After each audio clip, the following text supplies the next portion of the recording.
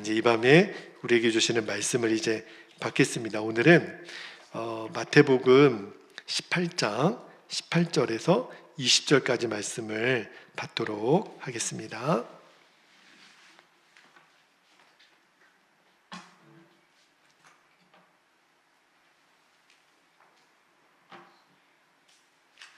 자, 18절부터 20절까지 한 절씩 교독하고요. 20절은 같이 읽겠습니다. 18절 제가 먼저 읽을게요.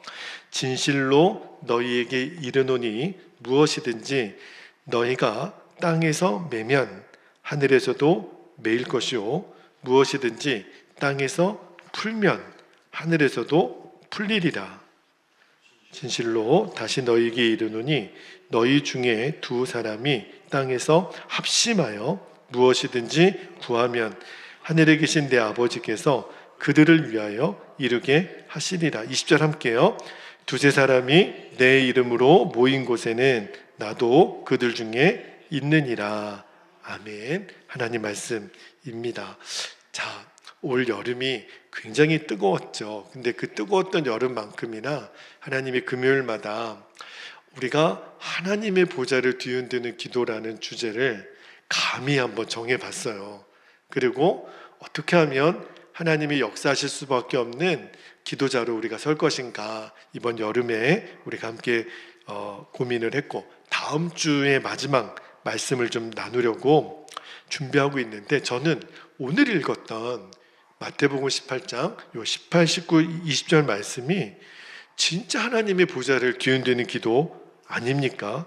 그죠? 이 말씀을 예수님이 직접 하신 거예요. 예수님 말씀을 조금 노골적으로 표현하면 제자들에게 너희들 하나님의 보좌를 뒤흔드는 기도를 해봐.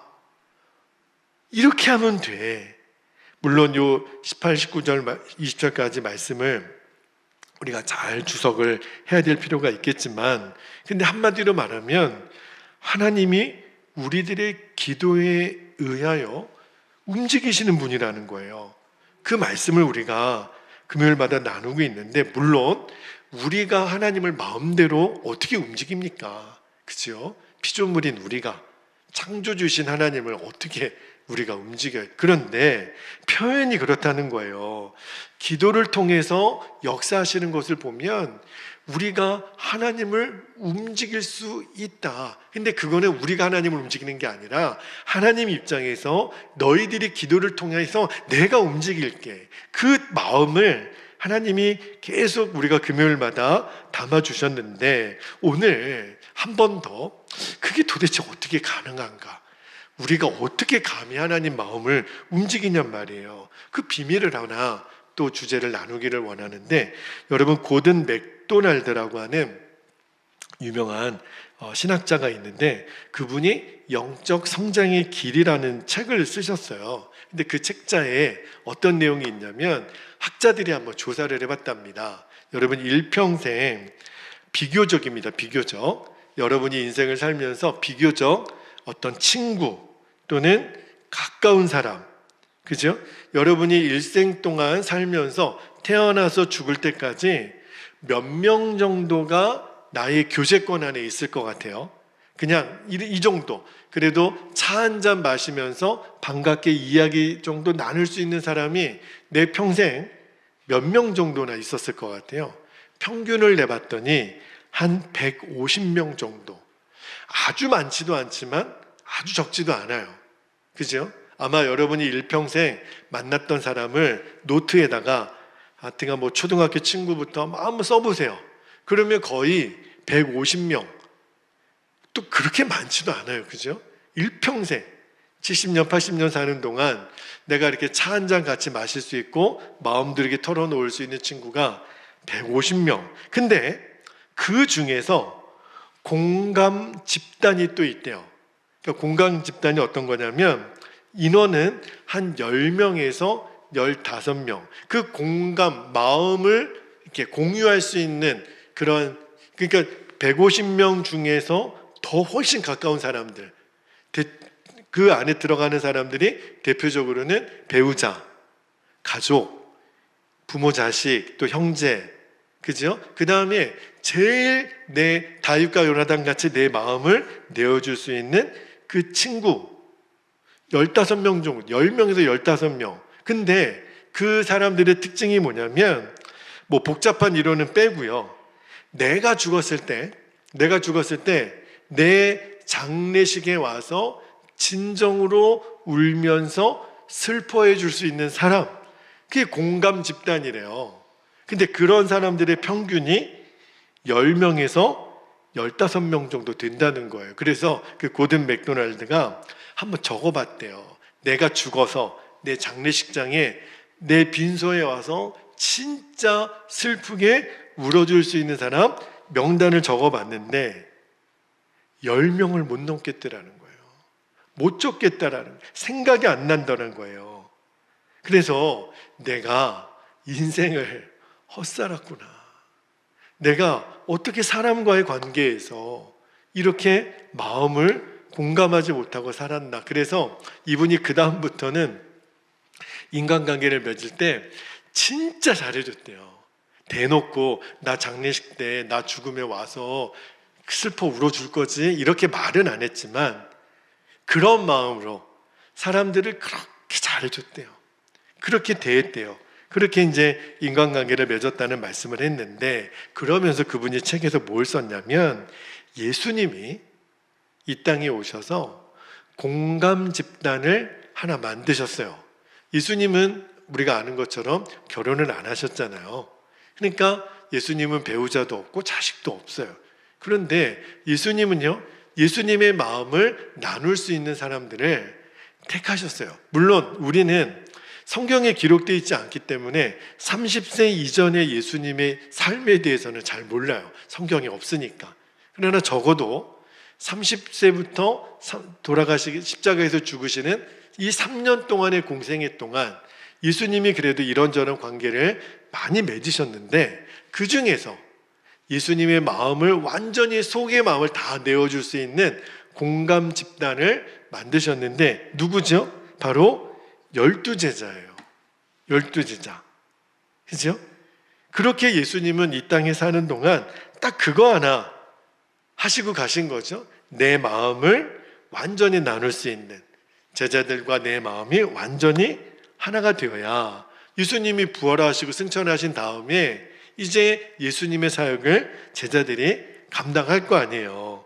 그러려면 제일 중요한 게 뭐냐면 예수님과 제자들의 마음이 하나가 되는 건데, 그러니까 예수님이 그 작업하고 가신 거예요. 예수님 제자들과 마음이 통하는 그 일을 하신 거죠. 자, 그런데 우리의 관심은 그러면 예수님과 정말 하나가 되는 사람은 어떤 사람인가? 우리가 이제 그동안 금요일마다 그 주제를 다룬 거예요. 그러니까 여러분들이 한번 그 지난 7번의 말씀을 다시 한번 들어보시면, 아, 그게 그 뜻이구나. 예수님의 마음과 하나가 되는 한결같은 주제예요. 그 사람이 결국은 하나님의 보좌를 뒤흔드는 기도의 주인공이 되는 건데, 오늘 굉장히 중요한 오늘 말씀의 근거에서 말 또 하나 드린다면, 도대체 예수님과 마음이 하나가 되는 사람은 뭘 보고 알 수 있나? 바로 내 주위에 있는 사람과 하나가 될 줄 아는 사람, 그 사람이 하나님의 보좌를 움직이는 기도를 드리는 사람이라는 거예요. 오늘 말씀했잖아요. 너희들이 합심하여 구하는 것은 다 들어주겠다. 땅에서 매면 하늘에서도 매이고 땅에서 풀면 하늘에서도 풀겠다. 그런데 오늘 이 마태복음 18장의 기도는 굉장히 독특한 기도예요. 혼자 하는 기도가 아니에요.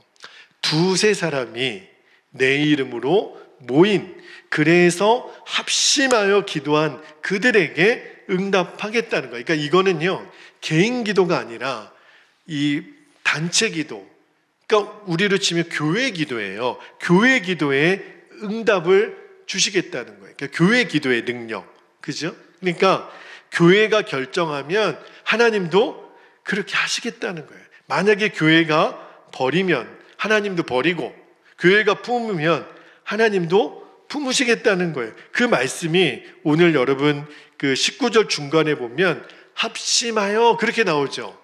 여러분, 합심이 뭐죠? 마음을 합하는 거잖아요. 마음이 하나가 된 사람, 두세 사람이 내 이름으로 합심하여 구하면 그 기도에 능력이 있다. 그 기도에는 하나님의 보좌를 뒤흔드는 힘이 있다는 거예요. 그러니까 여러분들이 이거를 꼭 기억했으면 좋겠어요. 여러분, 교회되는 제일 중요한 영적 원리가 뭐냐면 우리가 하나 되는 거예요. 마귀의 역사는 깨뜨리고 분열하는 거죠. 마귀는요, 교회를 막 장난쳐요. 분열되고 싸우는 교회가 되는 거죠. 그런데 우리가 진짜 예수님의 교회를 세우는 교회라면 우리는 끊임없이 하나 되는 열매가 맺어지게 됩니다. 저는 우리 교회를 위해 기도할 때 세상 사람들이 교회를 향하여 손가락질하는 교회가 되지 않고 정말 하나님의 복이 넘치는 교회가 되기를 위해서 기도하고 또 소망합니다. 그런데 그 일이 어떻게 되겠어요? 우리 힘으로 어떻게 되겠어요? 하나님이 역사하시는 거죠. 그런데 우리가 해야 될 역할이 있는 거예요. 그게 뭐냐면, 여러분, 우리는 참 달라도 이렇게 달라요. 제가 아내랑 이제 20년이 훨씬 넘게 23년 이제 다음 주가 되면 23주년이 되는데 사는데 늘 지금도 하는 소리가 어떻게 이렇게 다르냐. 그렇게 오랜 세월을 살았으면 어지간히도 좀 같아지고 될 만도 한데 달라요. 예. 근데 뭐 다른 게 틀린 거는 아니니까 뭐 다른 거를 무조건 나쁘다라고 말할 수는 없겠는데, 하물며 우리가 이렇게 교회도 저희 교회 성도들이 그렇게 숫자가 많지 않아도 제가 가만히 보면 참 우리가 다르다. 그죠? 우리가 출신도 다르고 경제적인 수준도 다르고 또 학력도 다르고 민감한 주제이지만 정치적인 성향도 다르고, 그런데 우리가 한 교회로 모였단 말입니다. 그런데 우리가 이렇게 다양하게 다른데 우리 교회가 예수님이 정말 이끄시는 교회라면 기가 막히게 하나가 될 수 있다는 거예요. 하나가 되어야 하고 하나가 될 수 있다는 것. 우리는 마음속에 목사님 어떻게 하나가 돼요? 부부도 하나가 안 되는데. 근데 말씀은 분명히 그랬거든요. 너희가 합심하여 기도하면 내가 역사할 거야. 다시 이건 반대로 합심이 안 되면, 하나가 안 되면 하나님이 그 기도는 안 받으시겠다니. 이거는 선택의 여지가 없는 거 아니에요? 그죠? 우리가 하나님을 믿는다면, 하나님의 말씀을 믿는다면 둘 중에 하나야 돼요. 맨날 치고받고 우리는 끊어지든지 아니면 말씀 그대로 하나가 되든지. 그죠? 근데 우리가 진짜 하나가 되면 하나님이 말할 수 없는 영광을 드러내시겠다는 거예요. 이게 저절로는 안 돼요. 왜 그러냐면 우리는 본성적으로 끼리끼리 모이는 그러한 경향이 있잖아요. 왜 그런 줄 아세요, 여러분? 그러니까 나하고 너무 갭이 큰 사람하고 만나면 불편해요. 그죠? 여러분, 왜 우리가 앉는 자리도 왜 늘 그 자리에 앉고 만나는 사람 교제권도 늘 그 사람 만나는 줄 아십니까? 편하거든요. 그죠? 그러니까 경제적으로도 너무 차이가 나면 왠지 불편해요. 학력도 너무 차이가 나면 왠지 불편해요. 그래서 우리의 관심은 어디 사세요? 학교는 어디 나왔어요? 이런 걸 자꾸 묻는 거예요. 왜요? 나하고 편한 사람인지 확인하고 싶은 거예요. 그러니까 똑같은 어떤 나와 공통분모가 많은 사람하고 만나서 교제하고 싶은 거죠. 자, 그런데 이제 교회가 되는 가장 중요한 원칙이 하나 되는 거라 그랬잖아요. 왜냐하면 우리는 예수님의 이름으로 모였기 때문에. 이것이 깨어지면 교회는요, 아무리 큰 교회도 그 교회가 몇백 명이 모이고 몇천 명이 모이면 뭐예요? 교회가 하나가 아닌 걸. 하나님의 영광이 임할 수가 없어요. 교회마다 다 아픔이 있고 문제가 있겠죠. 그런데 교회의 제일 큰 문제는 성령 안에서 하나가 되지 않는 게 제일 큰 문제예요. 자, 에베소서 4장 3절. 이 말씀이 우리 베델교회의 가장 중요한 원칙입니다. 에베소서 4장 3절 함께 읽겠습니다. 시작. 평안에 매는 줄로 성령이 하나 되게 하신 것을 힘써 지키라. 이미 하나가 된 거예요. 믿으라는 거예요. 어떤 일이 있더라도 마귀는 깨뜨리고 분열시키지만 성령님은 우리 안에 하나 되게 하세요. 이거를 잊어버리지 말라는 거예요. 그래서 앞으로 특별히 우리 금요일에 저는 우리 교회 중직들이 다 모여서 함께 기도할 수 있는 시간이 참 너무 좋습니다. 여러분에게 꼭 부탁하고 싶은 것이 있어요. 나중에 우리 교회에 새가족들이 오고 아무래도 저와 3년 반 같이 지냈던 시간보다 더 나중에 만나는 성도들도 있겠죠. 그런데 저는 이미 먼저 온 여러분들에게 꼭 부탁하고 싶은 게 있어요. 그게 뭐냐면 나에게 아픔과 상처를 주었던 과거에 대한 이야기를 하지 않는 것을 결정했으면 좋겠어요. 저도 그게 참 연약한 사람이에요. 불쑥불쑥 나에게 상처 줬던 사람, 꼴보기 싫은 사람, 그런 이야기가 나도 모르게 나오는데 의미가 없더라고요. 나에게 상처 줬고 아픔을 줬던 그 과거 얘기를 또 꺼내는 이유가 뭘까요? 우리는 이러죠. 용서는 하지만 잊을 수는 없어요. 아니에요. 속는 겁니다. 성령이 하나 되는 역사를 위해서 이제 여러분 결단하는 거예요. 지난날의 과거는 잊는 거예요. 왜냐하면 내가 잊지 않으면 하나님도 안 잊으세요. 주님 말씀하셨거든요. 여러분 주기도문에 우리가 우리에게 죄 지은 자를 용서한 것 같이 우리의 죄를 사하여 주십시오. 이 말은 내가 나에게 상처 줬던 과거의 누군가를 용서하지 않으면 하나님 저도 용서하지 말아주세요. 그 기도예요. 이게 둘 중에 하나를 선택해야 돼요. 자꾸 과거의 상처를 끄집어내서 내가 절대 못 잊어, 내가 복수할 거야. 이 말은 하나님 내가 지은 죄를 잊지 말아주시고 저에게 복수해 주세요. 이 말하고 똑같은 거예요. 여러분 어떻게 할 거예요 그러면? 그죠? 우리가 지난날의 과거를 잊어야 하나님도 잊어버리시는 거예요. 그 말씀이 어디 있냐면 고린도후서 5장 17절 한번 볼까요? 이 말씀도 요절이기 때문에 같이 읽겠습니다. 시작. 그런즉 누구든지 그리스도 안에 있으면 새로운 피조물이라. 보세요. 이전 것은 지나갔으니 보라 새 것이 되었도다. 예수님 안에서는 다 지나간 거예요. 과거 이야기를 한다면 좋은 얘기, 감사했던 얘기, 그 얘기만 하시면 돼요. 우리는 서로에게 과거의 그 사람의 모습을 잊어버리고 새로운 피조물로의 그 사람에 대한 기대를 꼭 여러분들이 갖게 되기를 축복합니다. 또 하나, 우리가 본성적으로 조금 전에 말씀드렸지만 끼리끼리 모이는 거를 조심해야 돼요. 여러분 아무 생각 없이, 제가 가만히 보면 우리가 지방에 이제 우리가 목사님들끼리 이제 모여서 한 달에 한 번씩 예배드리고 회의를 하는데요. 밥 먹을 때 있잖아요. 희한해요. 우리가 29개 교회에 한 40여 명 가까이 되는 목사님이 계시는데 꼭 있잖아요. 끼리끼리 모여서 밥을 먹어요. 근데 제가 고민이 되는 거예요. 야, 이거를 어떻게 좀 깨트려 보지? 그러니까 맨날 내 앞자리에 앉아있는 목사님이 바뀌지 않는 거예요. 그러니까 어떤 일이 벌어지냐면 29개 별로 이렇게 많지도 않은 목사님들인데 어느 목사님들끼리는 이 지방 안에 머물면서 얘기를 한 번도 못 해보는 거예요. 왜냐하면 밥을 같이 안 먹으니까.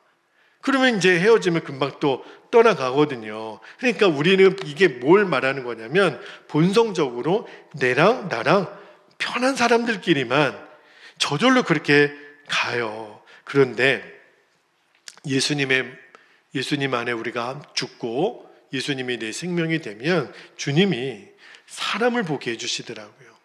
이번에 연합성회를 제가 전체 진행을 했다 그랬잖아요. 그런데 참 희한하죠. 제가 첫째 날 저녁 집회 때 강대상에 딱 올라가서 이번에 또 강사 목사님이 저를 그렇게 그냥 앞에 불러 제끼셔가지고 엄청 난감했어요. 또 강사 목사님 부탁하시니까 열심히 순종은 했지만, 그런데요, 제가 강대상에 딱 이렇게 올라가서 보잖아요. 강단에 올라가서 보면 희한하게 사람들이 다 보이더라고요. 특히 목사님들이 다 보이시는 거예요. 뭘 느꼈냐면, 왜 이 목사님, 저 목사님은 안 오셨지? 진짜 목사님들이 다 제 눈에 보이는 거예요. 그러면서 첫째 날, 둘째 날이 되도록 참석을 안 하신 목사님들이 제 머릿속에 계속 떠오르는 거예요. 그 주님이 제 마음에, 너 참석하지 못한 목사님들이 무슨 일이 있는지 모르겠지만 너 그에게 전화해라.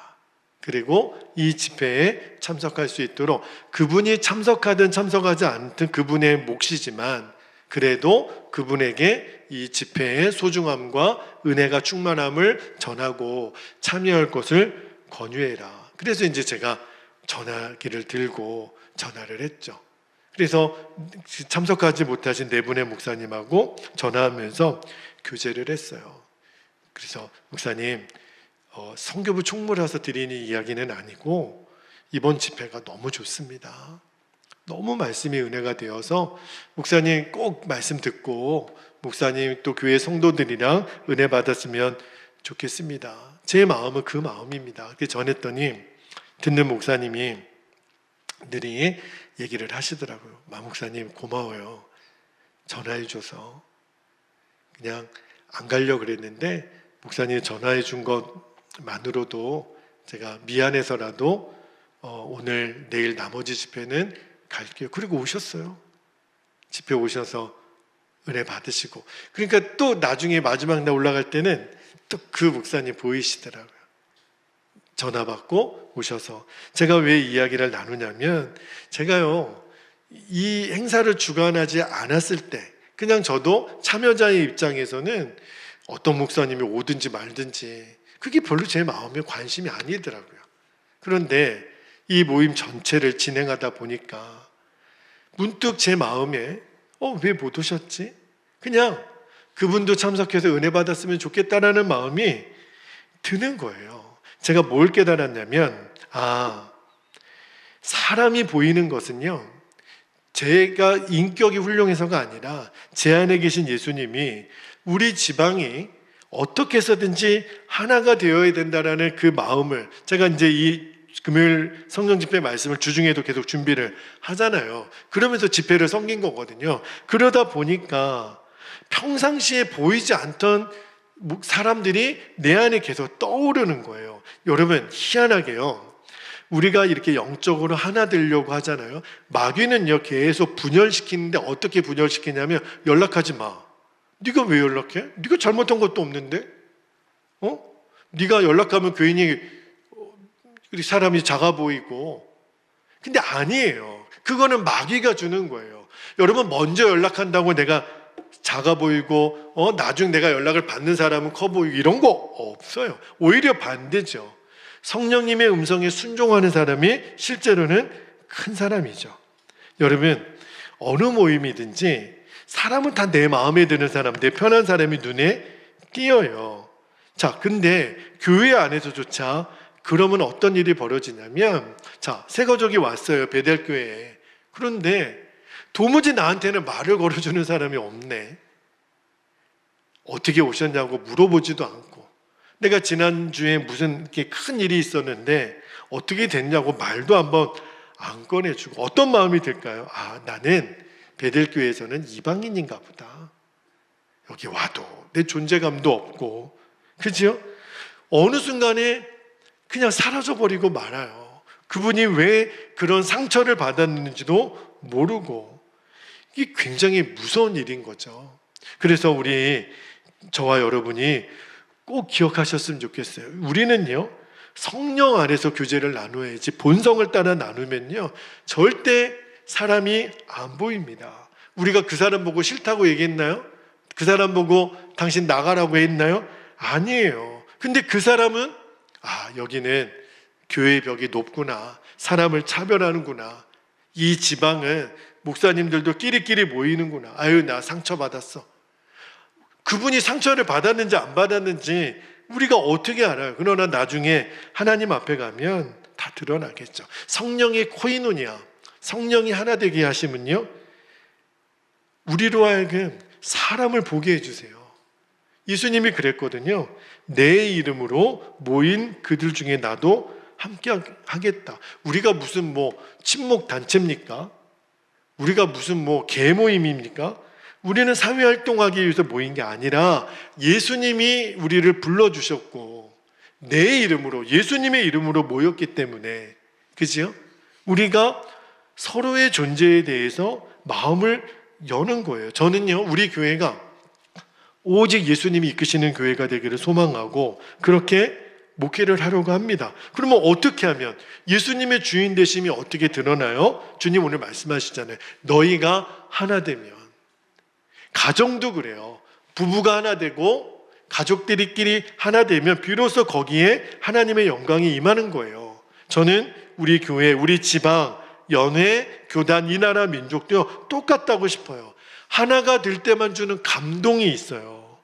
우리가 그걸 다 알게 된다고요. 그래서 예수님이 제자들에게 요한복음 13장 34절 35절에 보면 이렇게 말씀하시죠.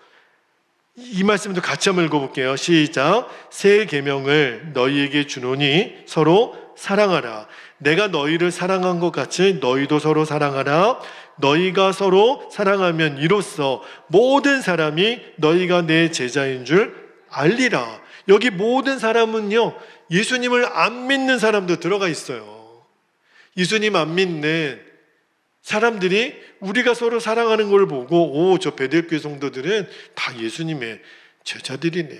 안 돼요. 우리가 알린 게 아니라 저절로 안 돼요. 그래서 예수님이 공감 집단이라고 하는 예수님의 제자들을 택하셨다 그랬잖아요. 그런데 그 제자들과 예수님은 마음과 마음이 통하는 관계가 되기를 원하셨어요. 우리도 똑같아요. 우리도, 저도, 여러분도 예수님과 마음이 통하는 예수님의 제자가 되기를 축복합니다. 예수님 마음이 내 마음이 되는 거죠. 자, 그런데 내 마음에 예수님이 주시는 마음이 아니고 마귀가 주는 마음이 있어요.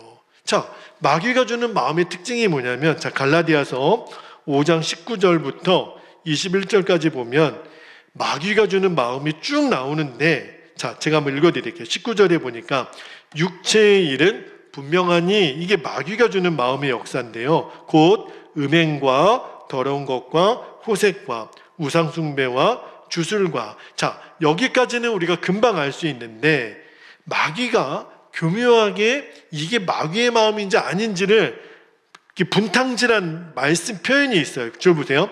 원수 맺는 것과 분쟁과 시기와 분냄과 당짓는 것과 분열함과 이단과 21절 앞부분에 있는 투기와, 이게 다 마귀의 역사예요. 그 다음에 술 취함과 방탕함과 또 그와 같은 것들이라 전에 너희에게 경계한 것 같이 경계하노니 이런 일을 하는 자들은 하나님의 나라를 유업으로 받지 못할 것이오.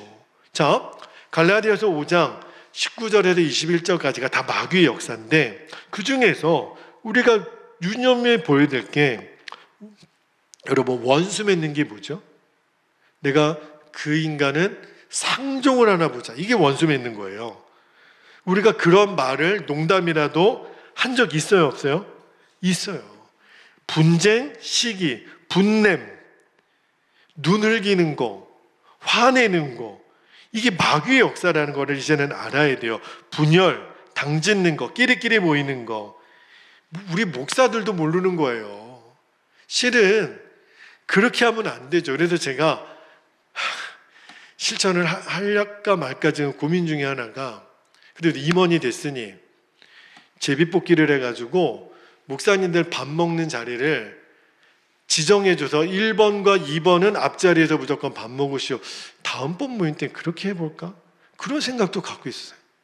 왜냐하면 밥 먹는 것도 따로따로 밥 먹는 것도 만약에 마귀의 역사라면, 그죠? 여기 분명히 그랬거든요. 분열이를. 그러니까 제가 너무 오버하는지도 모르겠어요. 아이 뭐 밥 먹는 거야 마음 편한 사람끼리 먹는 거 이해해요. 그런데 그게 계속 2년, 3년, 10년 내내 그 사람들과 밥 먹으면 한 번도 내가 누군가에게 어떻게 지내느냐고 물어보지도 못하고 헤어지는 관계가 된다면 그게 무슨 목사 공동체예요. 저는 그렇게 생각 안 하거든요. 제가 욕먹을 각오하고 한번 할지도 모르겠어요. 자, 어쨌든 이 분열이라고 하는 거는 마귀가 주는 마음이거든요. 그러니까 우리가 교회에서도 명심해야 돼요. 우리 교우들끼리 교제를 나눌 때도 마귀가 얼마나 교묘하게 역사하는지, 그죠? 그러니까 우리가 할 수만 있다면 두루두루 사람을 살피는 것, 이거는요 내 육신의 힘으로는 안 돼요. 내 본성은요 편한 사람, 나에게 잘해주는 사람, 나하고 뭔가 이렇게 좀 통할 것 같은 사람, 근데 주님은 아니라는 거예요. 그랬다면 예수님이 가룟 유다에게 떡을 주지 않지요. 가룟 유다가 예수님하고 마음이 하나가 됐습니까? 그런데도 예수님은 가룟 유다에게도 떡과 포도주를 주시잖아요. 그죠? 여러분, 예수님의 마음은요 사랑이에요. 우리는 좋은 사람 사랑하는 거야 계명으로 말할 것도 없죠. 그죠?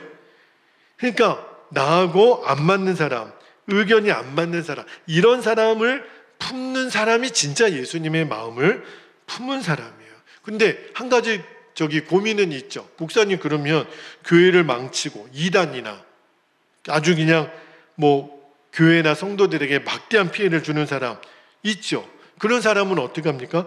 그런 사람은 성경대로 해야죠. 여러분, 어떻게 교회에 막대한 피해를 주는 사람을 그냥 둡니까? 그런데 이때도요 성경이 말하는 절차는 있어요. 어떻게 하죠? 자, 우리 교회에 심각한 문제를 일으키는 사람, 예를 들어 다단계를 한다거나 이단이 드러났어요. 그 사람 그냥 뒀다가는 큰일 날 사람. 근데 아직까지 목사님은 잘 몰라요. 자, 그럼 여러분 어떻게 하면 되죠? 첫 번째는 본인에게 가서 내가 본 것에 대해서 직접 말하는 거예요. 이게 성경적인 원칙입니다. 자, 집사님, 권사님, 교회 안에서는 물건 파는 거 아닙니다. 그거 목사님에게 제가 말씀드려도 되겠습니까? 그럼 그분이 놀라겠죠. 이분이 아시는구나, 보셨구나. 그리고 그러면 안 됩니다. 그렇게 여러분들이 원칙을 지키셔야 되는데, 근데 뭐가 문제냐면 다른 사람에게 어머 큰일 난 것 같아. 왜? 아무개 집사님 다단계 하는 것 같아. 그러니까 내가 그 당사자에게 직접 말하기 전에 다른 사람에게 큰일 났어. 그러면 듣는 사람은요, 큰일 났어? 왜? 그러면 막 증폭이 돼요. 그러면 그 사람 만나면 안 되겠네. 그 사람 만나면 피해야 되겠네. 그리고 이상한 소문이 나요. 근데 그 당사자가 이 소문을 내가 낸 것을 알았다면, 그러면 그분에게요 돌이킬 수 있는 기회를 없이 교회 안에 큰 분란이 날 수가 있습니다. 그러니까 제일 중요한 거는 본인에게 1대1로 직접 만나서 이러면 안 됩니다. 교회 안에서 이러면 안 됩니다. 그리고 이 사실을 계속 지속이 된다면 제가 목사님에게 말씀드리겠습니다. 여러분, 그런데 만약에 그 사람이 그럴 수 있는 사람이 아니에요. 오히려 나에게 막 화를 내요. 내가 못할 거 있냐고 그러면서 막 역정을 내면, 그러면 여러분이 저에게 오시는 거예요. 목사님, 제가 이러이러해서 이렇게까지 말했는데 그 사람이 정말 듣지 않고 오히려 화를 냅니다. 목사님, 어떻게 하면 좋겠습니까? 그러면 이제 저하고 우리 교회 중직들이 가서 권면을 할 겁니다. 그러시면 안 됩니다. 그리고 회개하시고 절대 다시는 그런 일이 있으면 안 됩니다. 왜 두세 사람이 같이 가죠? 증인이 되는 거예요. 왜냐하면 제가 이 극단적인 예를 들었지만 어떤 때는 이게 잘잘못을 따지기가 어려운, 오히려 내가 먼저 지적한 사람이 생각을 잘못 판단한 일이 될 수도 있거든요. 그래서 목회자와 두세 사람이 함께 가서 증인으로 함께 가는 거예요. 그죠? 이분이 진짜 잘못된 게 맞구나. 그런데 그렇게까지 했는데도 회개하지 않아요. 그러면 성경적인 원칙은 교회가 치리하게 돼 있습니다. 그러면 정식으로 교회에서 그분을 나가도록 하시게 합니다. 물론 그 일도 쉬운 일은 아니죠. 그러나 그분이 암덩어리 같은 존재예요. 암은 도려내야 되잖아요. 왜요? 교회 전체를 살려야 되니까. 그래서 성경에 보면 내쳐야 되는 사람, 이단 같은 경우, 자기가 주인 되려고 교묘하게 이간질하는 사람, 그리고 다른 사람에게 죄를 함께 짓게 하는 사람, 이런 사람은 교회에서 내보내라고 성경이 그렇게 되어 있어요. 자, 그런데 이 모든 절차도 그 하나님의 말씀의 원칙은 뭐냐면 영혼을 죽이는 게 아니에요. 영혼을 살리자는 거예요. 그러니까 지금 심각한 문제가 있어도 그 영혼이 마지막까지 교회에서 예수 그리스도에서 끊어지지 않도록 돕는 거예요. 그렇죠? 그 뜻을 성경에서 다루고 있는 것을 알아야 됩니다. 자, 오늘 말씀을 이제 마무리를 할게요. 여러분에게 중요한 영적인 원리입니다. 무슨 일이 있더라도 교회를 하나 되게 지키는 겁니다. 다른 사람이 못했다, 깨트렸다, 나도 그래서 이렇게 할 수밖에 없다, 이런 거 없는 거예요. 우리는 끝까지 하나 되는 거. 그러니까 그 사람이 잘못한 거는 물론 그 사람이 잘못한 거지만 그래서 나도 그렇게 했다, 이런 거 없는 거예요. 우리는 예수님 말씀을 따라가야죠. 예수님 말씀은 끝까지 하나됨을 지키는 거예요. 만약에 그렇게 하지 못하면 우리 교회는 아무런 힘이 없습니다. 이제 땅바닥에 버려진 소금것처럼 아무런 영향력이 세상에 없어요. 그러나 우리가 끝까지 하나됨을 지키고 나아가면 하나님이 우리 교회를 통해서 이 익산 땅에 정말 주님이 행하실 일들을 감당하게 하는 영향력 있는 교회가 되게 하실 줄로 믿습니다. 무엇보다도 저와 여러분이 행복한 교회와 성도가 되는 거죠. 그래서 여러분에게 숙제를 드릴게요. 이제 성령 안에서 하나 되는 이 원칙을 여러분 가정에서부터 실천하는 겁니다. 내가 남편과 어떻게 하나가 될지 오늘 성령님의 인도하심을 따르셔야 돼요. 성령께서 여러분을 인도하시는 대로 우리 가족이, 우리 부모 자녀가 어떻게 하나가 될지, 우리가 어떻게 교회에서 하나가 될지, 그죠? 우리가 성령님의 지혜를 따라 여러분들이 순종할 수 있기를 바라고, 원칙은요, 오늘 성경 말씀에 우리가 정말 하나님의 보좌를 뒤흔드는 그 베이스가 뭐냐면 너희들이 두세 사람이 내 이름으로, 예수님으로 이름으로 모인 그들 안에 합심하여 무엇이든지 구하면 이루리라. 하나가 되는 거예요. 부부도 하나가 되어서 기도하고, 가족도 하나가 되어서 기도하고, 직장에서도 하나가 되어 기도하면 하나님의 보좌를 뒤흔드는 기도의 능력의 사람이 된다는 것을 우리가 꼭 잊지 않게 되기를 주님의 이름으로 축복합니다. 자, 이제 우리 기도하겠습니다. 이 시간 기도할 때 두 가지 기도 제목을 나누고 기도할게요. 자, 첫 번째는 깨뜨리고 분열시키는 것은 마귀의 역사예요. 그죠? 그러나 끝까지 하나 되게 하시는 것은 성령의 역사입니다. 이 둘을 분별하는 눈을 주옵소서. 이거를 정말 잘 분별할 수 있기를 축복합니다. 두 번째는요, 성령이 하나 되게 하심을 지키는 거예요. 끝까지. 그래서 하나님의 보좌를 뒤흔드는 기도의 사람으로 우리가 세워지게 되기를. 그러면 하나님이 우리 교회와 우리 성도들을 통해서 정말 귀한 일을 하실 거라고 말씀을 준비하면서도 그런 마음의 감격이 제 안에 있었거든요. 주님, 정말 그리 되기를. 이 말씀이 정말 나에게, 우리 교회와 우리 가정에게 실제가 되기를. 우리 허락하신 기도 제목을 붙잡고 이 시간 주님의 이름을 간절히 부르고 통성으로 기도하겠습니다. 주여